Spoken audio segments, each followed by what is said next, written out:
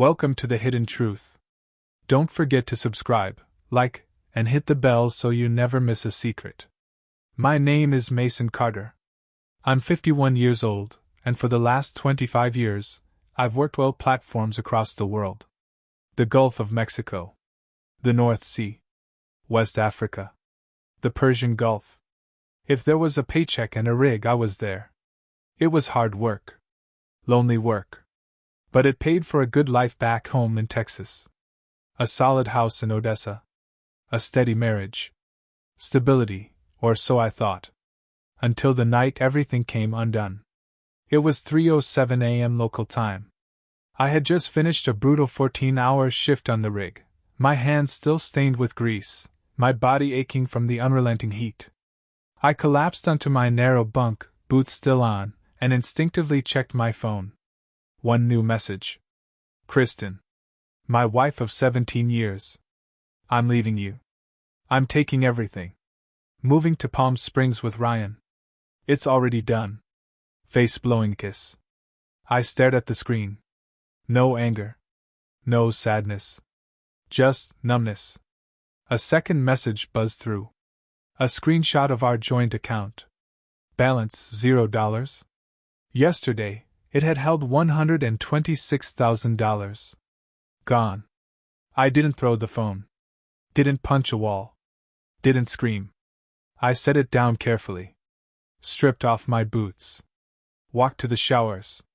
Let the scalding water pound down on me until the heat matched the burning in my chest. The next morning, Jackson, my closest buddy on the rig, gave me a side glance during the pre-shift safety checks. You good, man? Yeah, I said. Just tired. Because out here, personal problems stay personal. 16 men's lives depended on focus. Stability. There would be time later for everything else. At lunch, I checked my email. Kristen had filed for divorce. Her attorney, some high-end shark from Austin, was claiming abandonment. Emotional cruelty. Financial control. They wanted spousal support. They wanted half of everything, even what was already gone. She even had the audacity to mention Ryan as her emotional support partner, now living in our house. I closed the laptop. Finished my sandwich. Went back to work. That night, after another shift, I sat alone in the bunk room, phone in hand. One message. Not to Kristen, but to my cousin Cole, a forensic accountant in Dallas. Our code from years back, one we joked about during college when dreaming of worst-case scenarios. Protocol winter. Full activation. 2 minutes later, his reply. Already moving. Don't reply to anything. Focus on your work. We'll handle it. I turned off my phone. Rolled over. Slept like a stone for the first time in days. The truth was, I should have seen it coming. Looking back, it was obvious. The long gaps between calls. The sudden business trips with friends. The new wardrobe, the new hair, the new friends. The distance. But I didn't want to see it. Because I loved her. Because I trusted her. Because I believed that building a future together meant sacrifices. 2 months on, 1 month off. The rotations were brutal, but the money was life-changing. We had a plan. Until she made new plans without me. 3 weeks earlier, Harold, our neighbor back home, had sent me a photo. A moving truck parked outside my house. No notice. No explanation. Thought you should know, brother. I'd stared at the picture for a long time that night, turning it over in my mind. But I didn't act. Because sometimes, the hardest thing a man can do is wait. Sometimes the truth reveals itself better without interference. And now, here it was. Revealed. Ugly. Complete. 2 more weeks on rotation. 14-hour shifts. 110-degree heat. 36 men counting on me to keep the metal city floating. I kept my mouth shut. Did my job. Buried the rage deep inside. Because there would be time for revenge later. And it would be cold. It would be clean. It would be thorough. The day after Kristen's text, I found myself staring at the sunrise over the endless ocean. Red sky. Steel gray water. The world didn't care about my broken heart.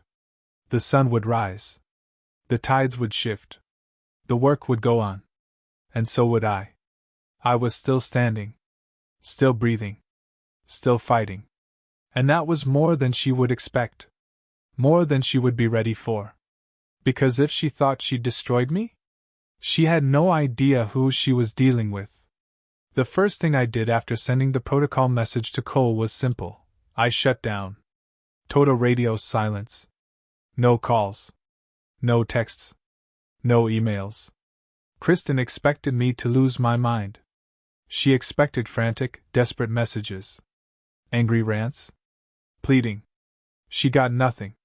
And that silence, it rattled her more than any angry outburst ever could. While I finished my remaining 2 weeks offshore, Cole got to work. And trust me, when Cole got moving, it was like watching a shark smell blood. Cole had always been the smart one in the family. Not the biggest. Not the loudest. But the guy you absolutely wanted on your side when life turned sideways. A forensic accountant by profession, but deep down, a strategist. A hunter. He started tracing the money Kristen had siphoned away. She thought she was clever, moving the cash through small wire transfers, tucking it into secondary accounts, hiding it under her new boyfriend's name. She wasn't clever enough. Cole built a dossier. A massive one. Every withdrawal. Every new account.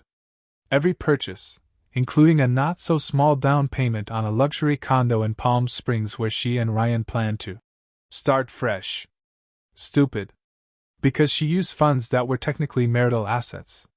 Because she made those moves while I was overseas on an active contract, protected by the Service Members Civil Relief Act. Because she left a digital trail wider than the Mississippi. Cole prepared everything. Bank statements. Screenshots. Certified letters to every financial institution involved. He even hired a private investigator, a retired Army Ranger named Sam Dixon, to tail Kristen and Ryan. Within 2 weeks, we had video evidence of Kristen moving into her new life, using my money. It was brutal. It was clinical. It was exactly what I needed. The second step was finding a lawyer who could wield that evidence like a sword. Cole set me up with Charlotte Hayes, a family law attorney in Austin with a reputation for being ruthless, relentless, and utterly unimpressed by sob stories. When I met her, she was dressed in a sharp navy suit, her hair pulled back, no makeup except for a line of crimson lipstick that seemed almost like war paint. "You're not here for sympathy," she said, flipping through the dossier Cole had compiled. "You're here for results." "Exactly," I said. "Good," she replied. "Because based on what I'm seeing, we're going to bury her." Charlotte filed an emergency motion the same week I got back stateside. Freezing all accounts Kristen had touched. Freezing the title on the Palm Springs condo. Freezing everything. Kristen's world came to a screeching halt. The text messages started almost immediately. "Mason, this isn't fair. We can work something out. You're being cruel. I thought you loved me. Ryan says we have a case against you." I didn't reply. Charlotte's advice was simple. Let her sweat. And sweat she did. In parallel, we began discovery. Demanding documents. Demanding records. Demanding full financial disclosure. Every lie Kristen tried to spin fell apart under the weight of evidence Cole and Sam had stacked against her. It wasn't just about the money anymore. It was about perjury. It was about fraud. It was about breach of fiduciary duty. And in Texas? Judges don't take kindly to betrayal, especially when the betrayed party was working overseas, earning the money Kristen stole. Charlotte prepared everything for the hearing, a timeline so detailed it felt like a criminal prosecution. While the legal machine rolled forward, I stayed quiet. Worked my shifts. Took Boone, my old German shepherd, for long walks in the early mornings. Lifted weights. Focused on building myself back piece by piece. Because if Kristen taught me anything, it was this. No one is coming to save you. You have to save yourself. 3 weeks after I returned, the preliminary hearing was scheduled. Family court in Travis County. Kristen's side expected me to fold. Expected me to beg for scraps. They didn't know what was coming. I showed up in a simple dark suit, boots polished to a mirror shine. Charlotte stood beside me, poised and ready. Kristen looked different. Tired. Gaunt. Hollow. Ryan wasn't with her. When the judge entered, the courtroom rose. And the reckoning began. Charlotte opened with the financial evidence. Presented the timeline. Played the video clips. Showed the withdrawals. Laid out the betrayal in black and white. Kristen's attorney tried to object, sputtered about emotional duress and irreconcilable differences. The judge shut them down. Hard. Counsel, your client siphoned marital assets while her husband was overseas working dangerous conditions. The court finds that behavior reprehensible. Kristen looked like she wanted the floor to open up and swallow her whole. I didn't smile. Didn't gloat. Just sat there. Calm. Unbreakable. By the end of the hearing, the judge ruled in our favor on every point. Kristen owed restitution for the stolen funds. The Palm Springs condo would be liquidated, with proceeds awarded fully to me. There would be no spousal support. There would be no further claim to my assets. And as a final blow, she was ordered to pay my legal fees, a six-figure sum that would cripple whatever dreams she had left. When the hearing adjourned, Kristen approached me in the hallway. Her eyes were rimmed with red. "Mason," she whispered, "please, this wasn't supposed to happen." I looked at her. Really looked. And saw nothing I recognized. "You made your choices," I said simply. "I loved you," she said, voice breaking. "You loved what I provided," I corrected. "It's not too late," she begged. "We could start over." I shook my head. "It was too late the second you chose him." And with that I walked away. Without anger.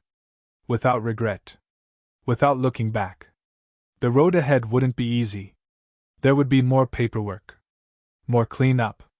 More healing. But the first battle was won. The first stone laid. And from here, I would build a life she couldn't even imagine.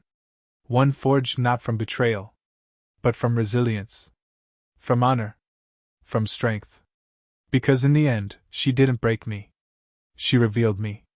And the man I had become was stronger than the one she betrayed. Far, far stronger. The hearing was over. The paperwork signed. The judgments rendered. But the aftermath of betrayal doesn't just vanish because a judge bangs a gavel. It lingers. In quiet moments. In old memories. In the spaces between breaths. Still, I wasn't the kind of man to sit in grief for long. I had spent my life in harsh conditions, miles from comfort, days from home. Survival wasn't a new concept. And survival meant adapting, evolving, pushing forward even when every bone in your body screamed at you to stop. Kristen had taken money. Kristen had taken trust. Kristen had taken time. But she hadn't taken me. And now it was time to rebuild. I started simple. A new bank account, this time solely under my name, at a local credit union where they still called you, sir, and shook your hand across the counter. A new mailing address, a P.O. box far from the house that had once been ours. A new number. New email. New passwords. I cut the cord clean. No traces. No loose ends. Kristen's texts dwindled to a sad trickle, and then disappeared entirely. Her world was her problem now. Mine was just beginning. The old house, the one she had tainted with betrayal, was sold off. Not for much, after paying off the legal fees and the restitution she owed, but enough. Enough to buy a piece of land outside Kerrville. 6 acres of wild Texas brush, rough and untamed, just the way I liked it. A place to build something real. From the ground up. I hired a local contractor, a guy named Rick who'd served in the Marines and now ran a small construction company staffed mostly by vets. We designed a house together. Simple. Strong. No nonsense. 3 bedrooms. Wraparound porch. Metal roof. A shop in the back for tools and projects. It wasn't going to be a palace. It was going to be a home. One no one could take from me again. While Rick's crew broke ground, I focused on the business. I had been a rig hand most of my adult life, but I wasn't stupid. I knew my body couldn't take that kind of pounding forever. So I started thinking. What skills did I have that could be transferred? What could I build that was mine? Two things came to mind: project management and logistics. Out on the rigs, timing was everything. Supplies had to move like clockwork. Equipment had to arrive on schedule. Crews had to function like a well-oiled machine. I could manage that. I could coordinate that. So I started a small logistics consulting firm. Briggs Field Services. At first, it was just me. Cold calling old contacts from the oil fields, offering to streamline their supply chains, handle their vendor relationships, manage the chaos so they could focus on drilling. It was slow going. But one by one, contracts came in. Nothing big. But steady. And with every new job, I laid another brick in the foundation of the life I was building. By the time spring rolled around, the house was framed. The shop was up. The fields around the property were starting to green. I bought Boone a new bed, a big, cushioned one, and set it right by the fireplace that hadn't even been finished yet. He loved it anyway. Dogs have a way of seeing home long before the walls go up. One Sunday morning, while double-checking some supply orders on my laptop, I stumbled onto a local event listing, the Kerrville Home and Ranch Expo. Networking opportunity, I muttered to Boone, who thumped his tail lazily against the floor. I didn't expect much. Maybe hand out some business cards. Maybe shake a few hands. What I found instead was community. Vets who'd traded rifles for framing hammers. Small business owners who remembered what it was like to struggle. People who cared less about polished resumes and more about whether you kept your word. It felt like breathing clean air for the first time in years. That's where I met Angela. She ran a feed store with her father, supplying ranchers and farmers across the hill country. She wasn't flashy. Wasn't wearing designer anything. Just jeans, boots, and a button-down shirt rolled up to her elbows. She shook my hand with a grip stronger than half the men I'd worked with. Briggs Field Services. She read off my card. We could use someone who understands timing. Late deliveries kill livestock. I understand timing, I said simply. Her smile was small, but real. Good. We set a meeting for later that week. Business only. At least at first. The weeks blurred together. Work on the house. Work on the business. Meeting after meeting. Project after project. And slowly, without fanfare, a life took shape. Not the life I'd planned. Not the life I'd once sacrificed everything to protect. A better one. A freer one. Angela and I crossed paths again and again. Deliveries. Coffee breaks. Conversations about everything from irrigation systems to the best barbecue joints in the county. There was no rush. No urgency. Just two people moving slowly into each other's orbit. Real. Unforced. Earned.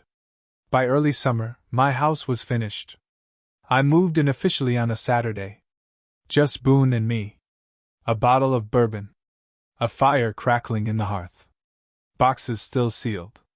Furniture mismatched. Everything perfect. I sat there for a long time that night, sipping bourbon, scratching Boone behind the ears, staring into the flames. And for the first time since Kristen's text, I felt it. Peace. Not the fragile, conditional kind that depends on other people doing the right thing. But the kind you build with your own two hands. The kind no one can take from you. Ever again. Later that week, I invited Angela over. Housewarming party, I said, joking. Just us? She asked, arching an eyebrow. Best kind of party. She brought pie. We ate on the porch. Talked about nothing. Laughed about everything. When she left, I didn't kiss her. Didn't rush. Just watched her drive away, the tail lights disappearing into the Texas dark. And smiled. Because some things are worth waiting for. Worth earning. Worth building slowly. like trust. Like home. Like a life rebuilt from ashes stronger than steel. Summer in Kerrville settled in like a warm, familiar blanket. The days stretched long and lazy, the kind of heat that made even the cicadas drone slower in the afternoons. Boone loved it. He'd sprawl out on the porch, his tongue lolling, eyes half closed as if he could soak in all the warmth by sheer will. The business grew faster than I dared hope. Word of mouth is a powerful thing in small towns, especially when you show up on time, charge fair rates, and treat people with respect. Within 3 months, Briggs Field Services expanded beyond just logistics consulting. We began offering full-service project management for ranches and rural properties, fencing, irrigation systems, small barn constructions. Luis, a Navy vet who'd come back home to Texas after a long stint overseas, joined the team. He was steady, sharp, and knew how to talk to suppliers without making them defensive, a rare and valuable skill. With Luis handling operations and Boone keeping spirits high, the work never felt like work. Angela kept popping up, too. Always with a reason, an order to double-check, a shipment to confirm. But the conversation stretched longer every time. One day we'd be talking about cattle feed, the next, about road trips we wanted to take someday. It was slow. It was easy. It was everything my last relationship hadn't been. One evening in mid-July, I invited Angela over again. This time, there was no pretense about housewarming parties or business deals. Just two people who didn't want the conversation to end. We sat on the porch swing, nursing cold beers, watching the stars fight their way through the darkening sky. "You ever think about how life turns on a dime?" she asked, voice low. "All the time," I said. "If you told me 5 years ago I'd be running a feed store and spending my Friday nights talking irrigation schedules, I'd have laughed in your face. If you told me I'd be running a logistics firm instead of riding oil rigs halfway across the world, I'd have called you crazy." She smiled. A real one. "Guess the joke's on us." "Maybe it's not a joke," I said. "Maybe it's just finding the right people at the right time." She didn't say anything for a long moment. Then she leaned her head against my shoulder. And for the first time in years, I didn't flinch. Didn't brace for betrayal. I just breathed. And it felt damn good. The business wasn't the only thing growing. The land around the house bloomed under careful hands. I'd put in a vegetable garden, tomatoes, peppers, beans. Built raised beds out of reclaimed cedar planks. Boone thought the whole thing was one big snack buffet until I'd built a small fence. Luis and I built a barn by hand over 3 long weekends, working sunup to sundown, fueled by cheap beer and terrible country music. We weren't professionals, but the thing stood solid by the time we were done, straight enough that I didn't mind admiring it every time I drove up the gravel driveway. Neighbors started asking if we could help them, too. Just a little fencing job. Maybe a new shed roof. Every handshake felt like planting another flag in the ground. I wasn't just living here. I was becoming part of something bigger. A community. A life. Late August brought the county fair. Luis convinced me to enter Boone in the local dog show. "Just for fun," he said. "Come on, man, he's basically a celebrity around here." I grumbled but agreed. Angela showed up to cheer us on, wearing boots and a sundress that made me lose my train of thought more than once. Boone didn't win. Some yappy corgi took the top prize, but he got a ribbon for Best Personality, which seemed about right. We celebrated with funnel cake and sweet tea, watching fireworks explode over the fairgrounds. Angela slipped her hand into mine without a word. And for the first time in a long time, I let someone hold on. Really hold on. Fall crept in slowly, the mornings crisp and sharp, the fields turning gold and brown. The business kept booming. By October, I hired a second crew. Young guys, some fresh out of the service, some just looking for a shot at honest work. We expanded into welding repairs, small earthworks, livestock pen constructions. I set up a scholarship fund for local high school kids wanting to go into trade work. Named it after my grandfather, who taught me how to swing a hammer and how to keep your word even when it's hard. It wasn't about the money. It was about legacy. About leaving things better than I found them. Angela and I made it official sometime around Halloween. No big announcement. No grand declarations. Just waking up one morning and realizing we were in this together. She moved in a few weeks later, bringing nothing but a suitcase, a toolbox, and an ancient coffee maker she insisted made the best brew in Texas. She wasn't wrong. Boone approved immediately. Life settled into a rhythm. Early mornings. Long days. Quiet evenings on the porch. Plans whispered late at night about chickens, maybe goats, maybe even a few cattle someday. Dreams that didn't feel impossible anymore. Dreams that felt earned. By Thanksgiving, the house felt completely alive. Angela cooked enough food to feed an army. Luis and his family came over. A few neighbors stopped by with pie and cornbread. Boone floated between the guests, tail wagging, snagging bites when he thought I wasn't looking. After everyone left, Angela and I sat by the fire, too full to move. "You happy?" she asked sleepily. I thought about it for a long moment. About the betrayal. About the heartbreak. About the long, hard road it took to get here. "Yeah," I said. And I meant it. More than I ever had before. Because this wasn't luck. This wasn't fate. This was work. This was faith. This was the life I'd fought for. Built with my own hands. And no one could take it away again. Ever. The weeks after Thanksgiving blended into one another, a steady rhythm of early mornings, long days, and quiet evenings by the fire. The Texas winter was mild but brisk enough to leave a bite in the air at night, reminding you that even here, the seasons changed. Business continued booming. Briggs Field Services had more work than we could handle. I started turning down jobs, not because I didn't want the money, but because I refused to sacrifice quality for quantity. The team understood. We weren't trying to become some massive, sprawling corporation. We were trying to build something better, something lasting. Angela, always pragmatic, convinced me to invest in proper bookkeeping software. "You're doing too much by hand," she said one evening, tapping at a stack of invoices with her pen. "This business is bigger than your old paper ledger." I grinned. "I'm just old-fashioned." "You're stubborn," she corrected with a smirk. "Good thing you have me to keep you in line." I laughed and handed her the laptop. "Show me how." We spent the evening at the kitchen table, Boone snoring underfoot, as she walked me through setting up the system. It wasn't glamorous. It wasn't exciting. But it felt like building something real. Together. Christmas came fast. Angela insisted on getting a tree, a real one, not some plastic thing from a department store. We drove out to a local tree farm, picked out a lopsided Douglas fir that smelled like fresh pine and resilience. "It's perfect," she said, her cheeks red from the cold. We loaded it into the bed of the truck, singing off-key Christmas carols on the way home.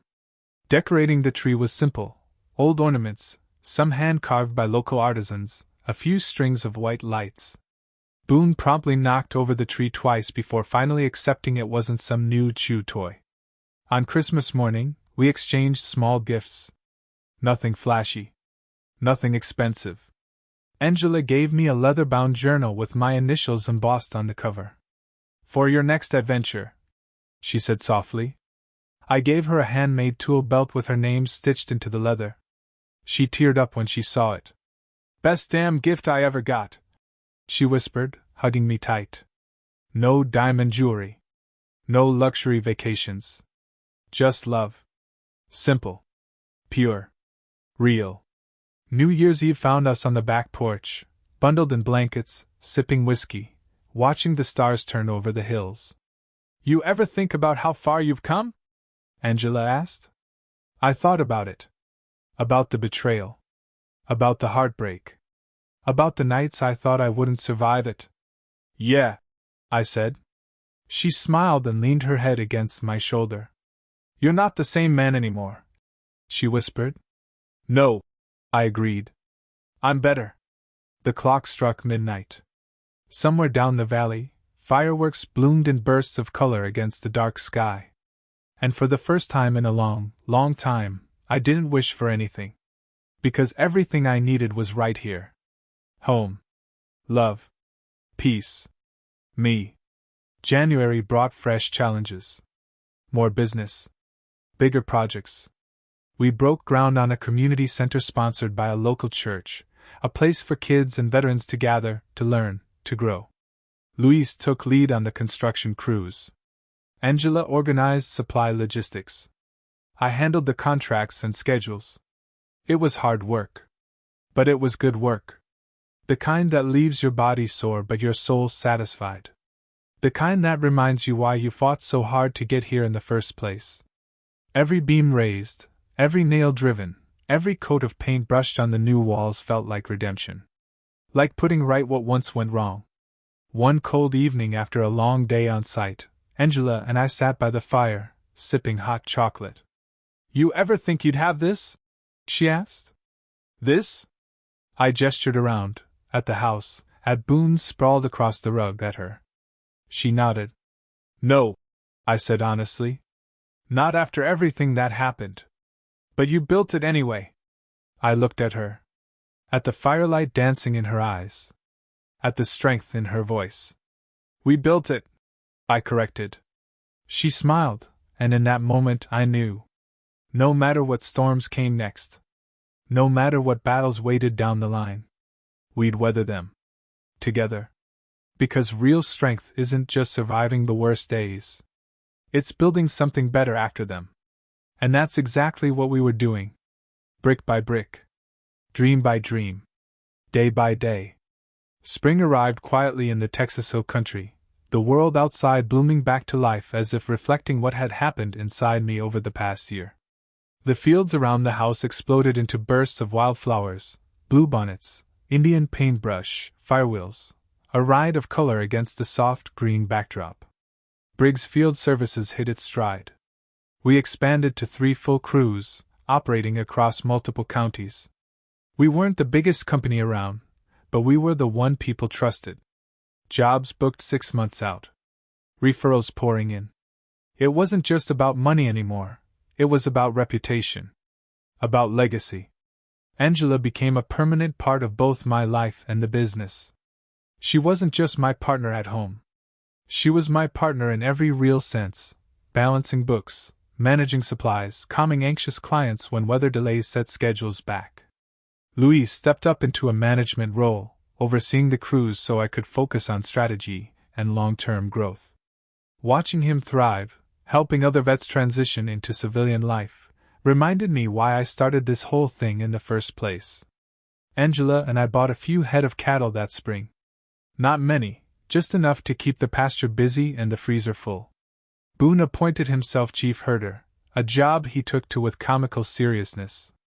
Mornings became a ritual. Sunrise coffee on the porch. A walk down to the barn to check the animals. Emails and paperwork after breakfast. Site visits in the afternoon. Evenings spent side by side in the shop or stretched out by the fire pit, talking about nothing and everything. Life was simple. Life was full. Life was ours. One evening in late May, sitting under the vast indigo sky with a glass of bourbon in hand, Angela turned to me. "You ever regret it?" she asked. I didn't have to ask what she meant. The past. Kristen. The betrayal that nearly broke me. "No," I said after a long moment. "I don't regret surviving it. I don't regret who it made me." Angela smiled.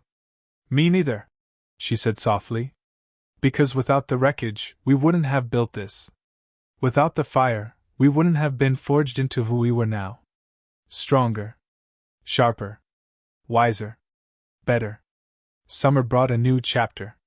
The local Chamber of Commerce named Briggs Field Services Small Business of the Year. Angela made me go to the awards dinner. I grumbled, but secretly I was proud. Standing at the podium, accepting the plaque, looking out at the faces of friends, clients, neighbors, I realized something. This wasn't just a business. It was a second chance. A testament to resilience. Proof that even when life kicks you in the teeth, you can get up, wipe the blood off your chin, and build something beautiful with what's left.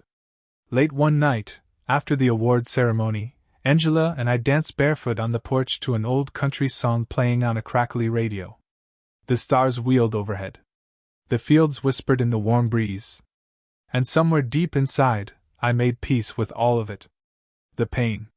The betrayal. The loneliness. The long, hard climb back.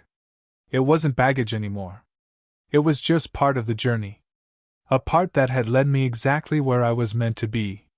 Home. Whole. Happy. Free. In the years that followed, life wasn't perfect. There were storms that knocked down fences. Contracts that fell through. Cattle that got sick. Arguments about money, about time, about all the little things that come when two people build a real life together. But we faced them. Together. Hand in hand. Shoulder to shoulder. Because that's what you do when you've been forged by fire. You don't crumble. You don't retreat. You rebuild. You endure. You thrive. And every morning, waking up to the sound of Boone's paws scratching at the door, to the smell of coffee brewing, to the sight of Angela smiling sleepily across the kitchen, I was reminded of one simple, powerful truth. The life I built after betrayal was infinitely better than anything I'd left behind. Because it was real. Because it was mine. Because it was forged by my own two hands. Brick by brick. Day by day. Heart by heart. Thank you for being with us on The Hidden Truth. If you enjoyed this, leave a like, drop a comment, and be sure to subscribe. The secrets are waiting to be revealed. See you soon.